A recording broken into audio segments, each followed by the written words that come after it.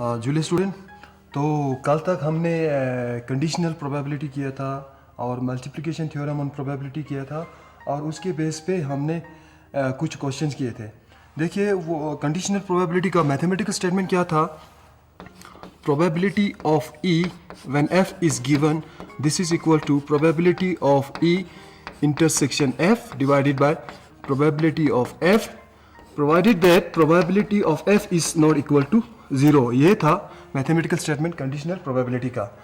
फिर आ रहा है मल्टीप्लिकेशन थ्योरम ऑन प्रोबेबिलिटी का स्टेटमेंट था। Probability of E intersection F is equal to probability of E into probability of F when E has already been occurred। क्या होता था, इसमें दो इवेंट दिया होता था, दोनों में से एक जो है पहले हो चुका होता है और नेक्स्ट जो है हमें निकालना होता है। अब फिर मल्टीप्लिकेशन थ्योरम ऑन प्रोबेबिलिटी में क्या होता है, दो इवेंट दिया होता है, दोनों को हमने निकालना होता है। तो आज का जो मेन टॉपिक जो है बेस थ्योरम पे है। तो बेस थ्योरम करने से पहले हम पार्टीशन ऑफ सिंपल स्पेस क्या होता है, लॉ ऑफ टोटल प्रोबेबिलिटी क्या होता है, ये हम थोड़ा डिस्कस करते हैं। ठीक है, देखिए a set of event E1 E2 E3 dash dash dash dash En is said to be a partition of simple space S। Even E1 E2 are said to be a partition of simple space S if, अब यहां पे दो तीन condition आ रहा है, if E1 union E2 union E3 union dash dash dash union this is equal to S। इन सब event का हम यूनियन करके हमें क्या मिलना चाहिए, S मिलना चाहिए। फिर सेकेंड कंडीशन जो है, इवेंट के बीच दो इवेंट के बीच कॉमन नहीं आना चाहिए, कॉमन एलिमेंट नहीं आना चाहिए। और तीसरी कंडीशन जो, थर्ड कंडीशन जो है, इनकी जो प्रोबेबिलिटी है, प्रोबेबिलिटी ऑफ E जो है ग्रेटर देन 0 आनी चाहिए। देखिए event E1 E2 be said to be the partition of simple space S if इनका यूनियन करके हमें S मिलना चाहिए और जो इवेंट के बीच, दो इवेंट के बीच कॉमन एलिमेंट नहीं आने चाहिए और प्रोबेबिलिटी ऑफ जो E जो है, इवेंट की जो प्रोबेबिलिटी है वो ग्रेटर देन 0 आनी चाहिए। देखिए अब जो नेक्स्ट टॉपिक जो है लॉ ऑफ टोटल प्रोबेबिलिटी। देखिए पहले हम इसको थोड़ा सा हम डिराइव करते हैं। लॉ ऑफ प्रोबेबिलिटी का जो फॉर्मूला है, late E1 E2 dash dash dash En be the partition of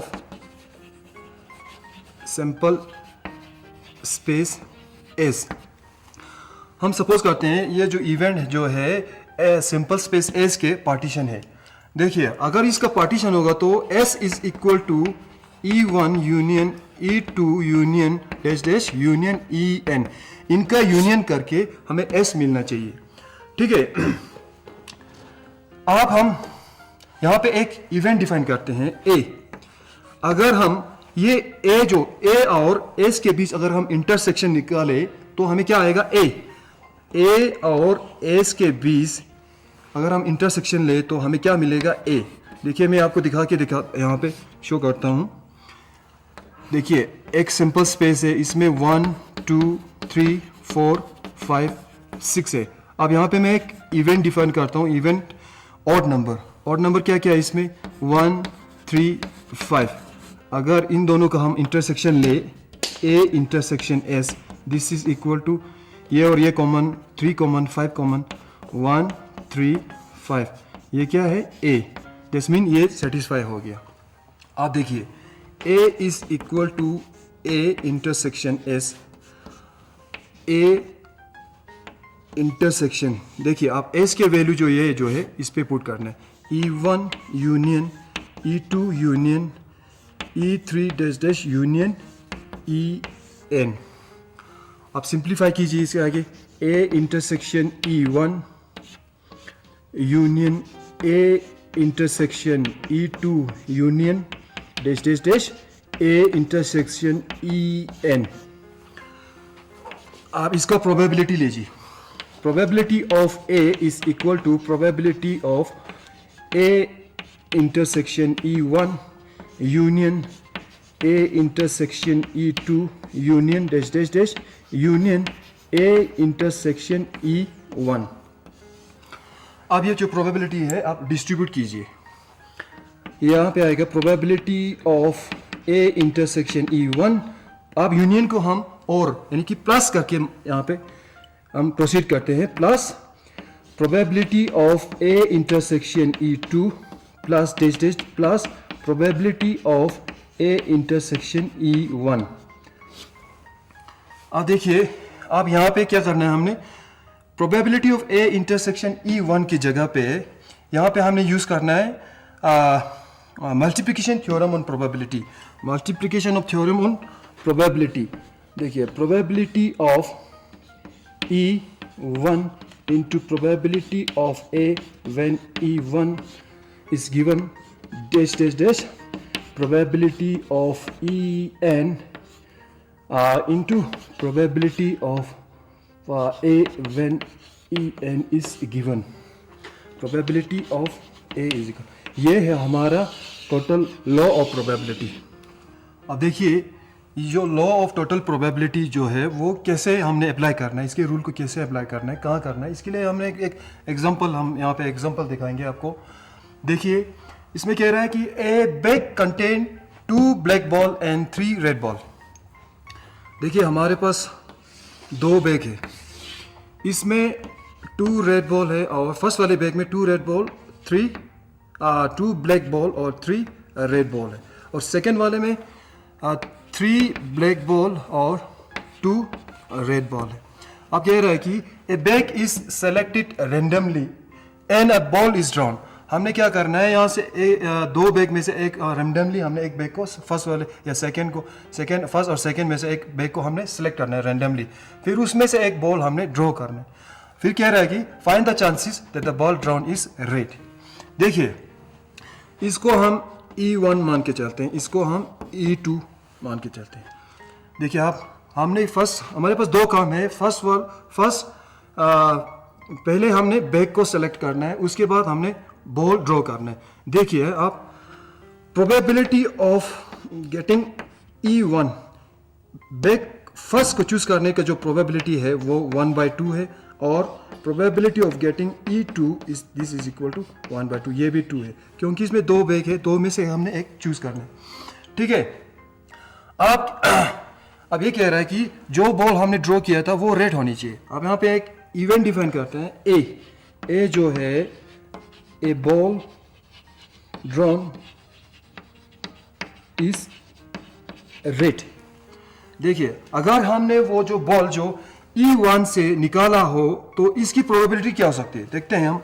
probability of getting a red ball from first bag. देखिए, probability of getting a red ball from first bag, this is equal to, first bag में red ball कितनी है, 3 divided by 5. Similarly, probability of getting a red ball from bag 2 is equal to 2 divided by 5. ये सारे possibilities हमने यहाँ पे लिखनी है. ठीक है.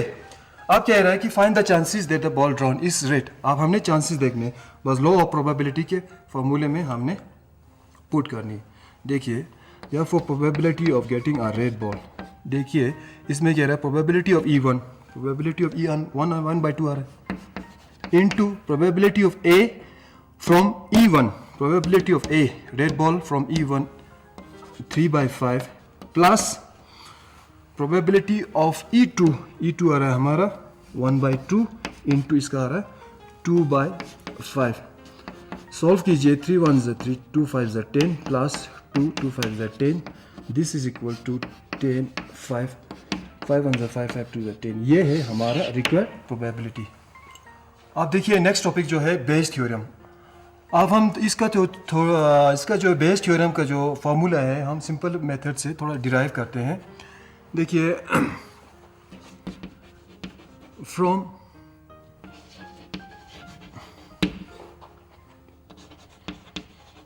conditional probability from conditional probability of EI divided by A is equal to probability of EI intersection A divided by probability of A. Conditional probability हम देखिए, हम कंडीशनल प्रोबेबिलिटी का जो स्टेटमेंट है पहले वो लिखते हैं। हमें पता है कि कंडीशनल प्रोबेबिलिटी जो है ये है।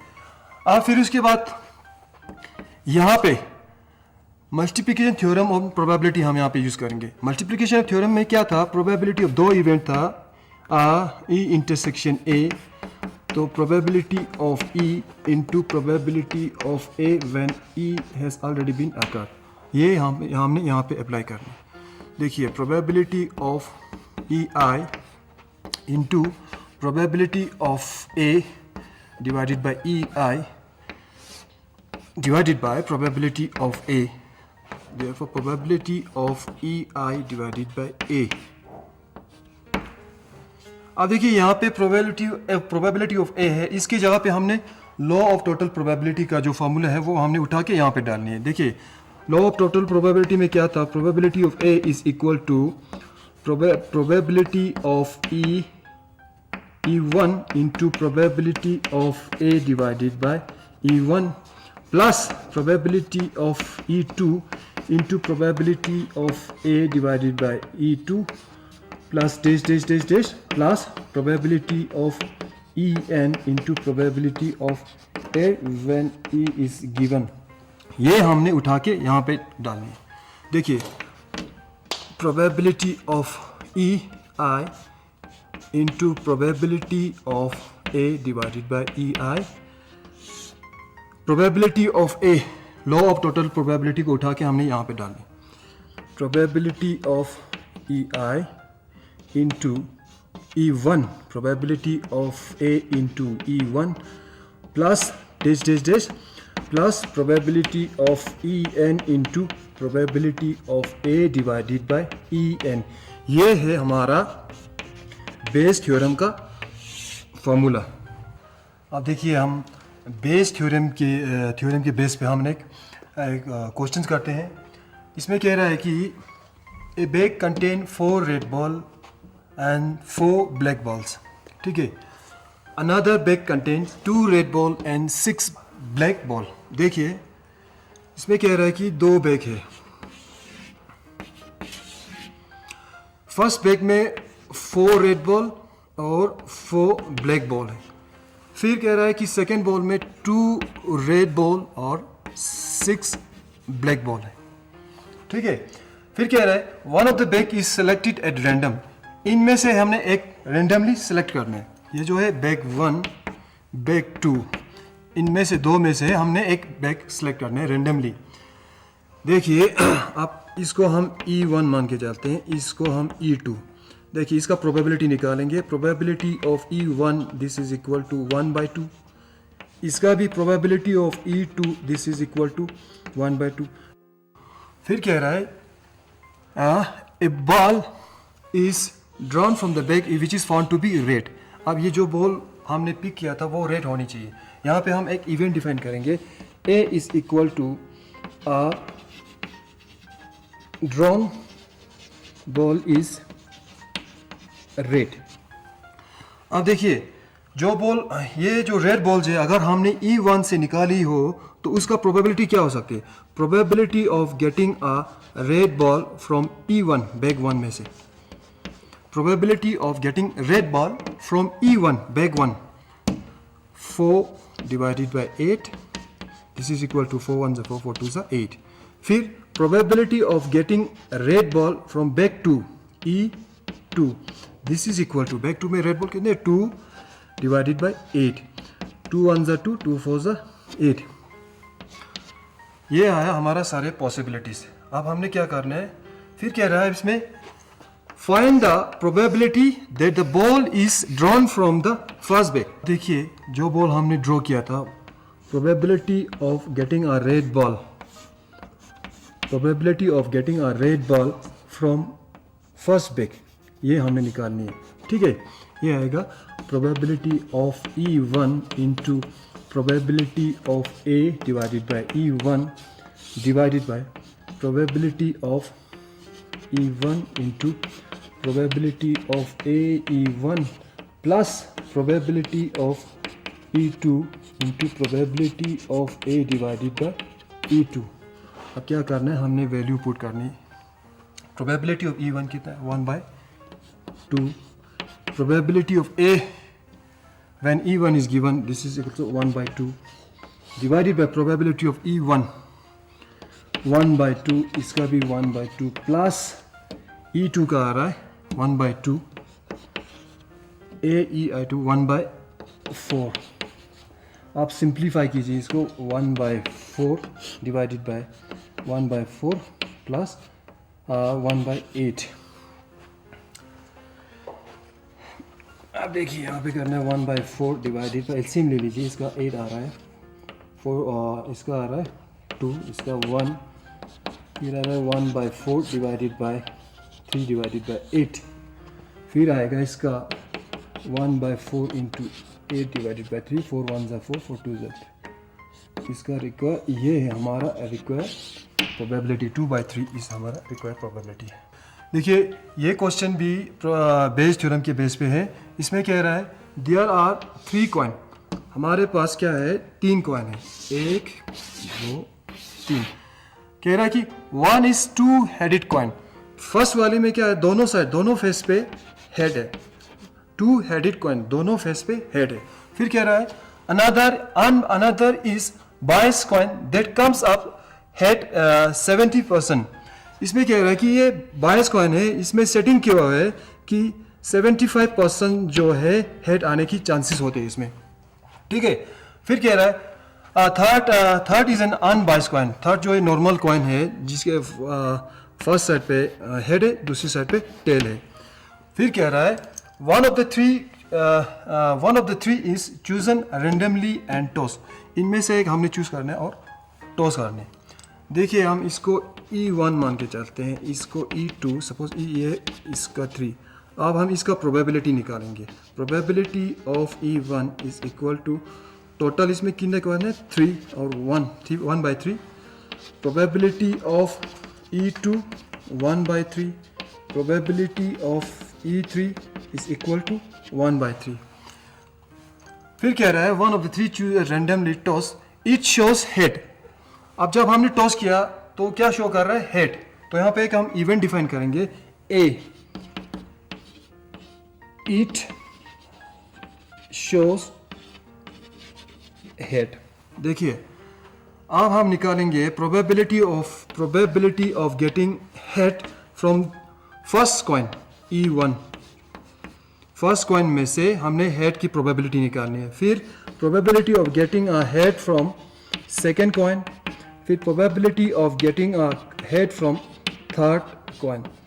देखिए अब probability of getting a head from first coin, अब इसमें दोनों साइड हेड है तो इसका जो प्रोबेबिलिटी है वो 1 आएगा. इसमें कह रहा है कि 75% जो है चांसेस है, तो इसको 75% को हम लिखते हैं 75 डिवाइडेड बाय 100. 5 1 5 5 2 25 5 3 15 5/4. इसका आ रहा है 3/4. और कह रहा है कि probability of getting head from third coin, ये तो नॉर्मल है 1/2.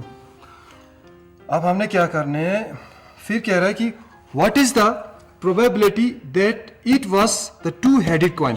जो हमें हेड आया है वो फर्स्ट वाले कॉइन में से आया हो, इसकी प्रोबेबिलिटी निकालनी है हमने. तो हमने बेस थ्योरम यूज करनी है.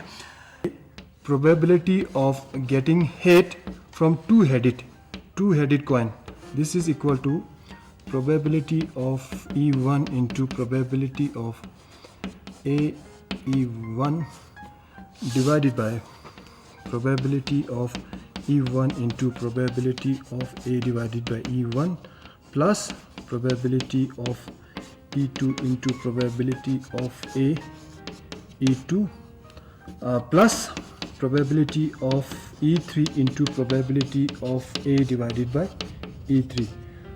अब वैल्यू पुट कीजिए. इसमें वैल्यू इसका आ रहा है 1/3 इंटू इसका आ रहा है 1 divided by probability of E1 1/3 into 1 plus इसका आ रहा है 1/3 इंटू 3/4 प्लस इसका आ रहा है 1/3 into 1/2 1/3 divided by 1/3 plus 3 divided by 12 plus 1/6।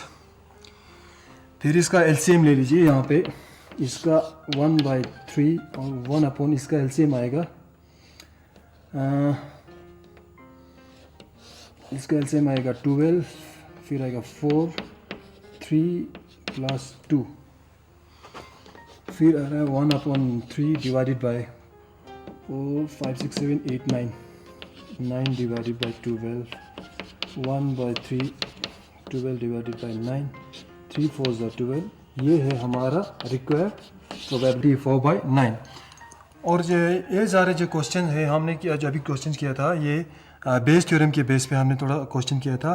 तो हर साल बोर्ड के पेपर में बेस थ्योरम के बेस पे क्वेश्चन हमें देखने को मिलता है। तो आप लोग बाकी जो एक्सरसाइज आप लोग घर पे बैठ के ट्राई कीजिए, बहुत इजी है।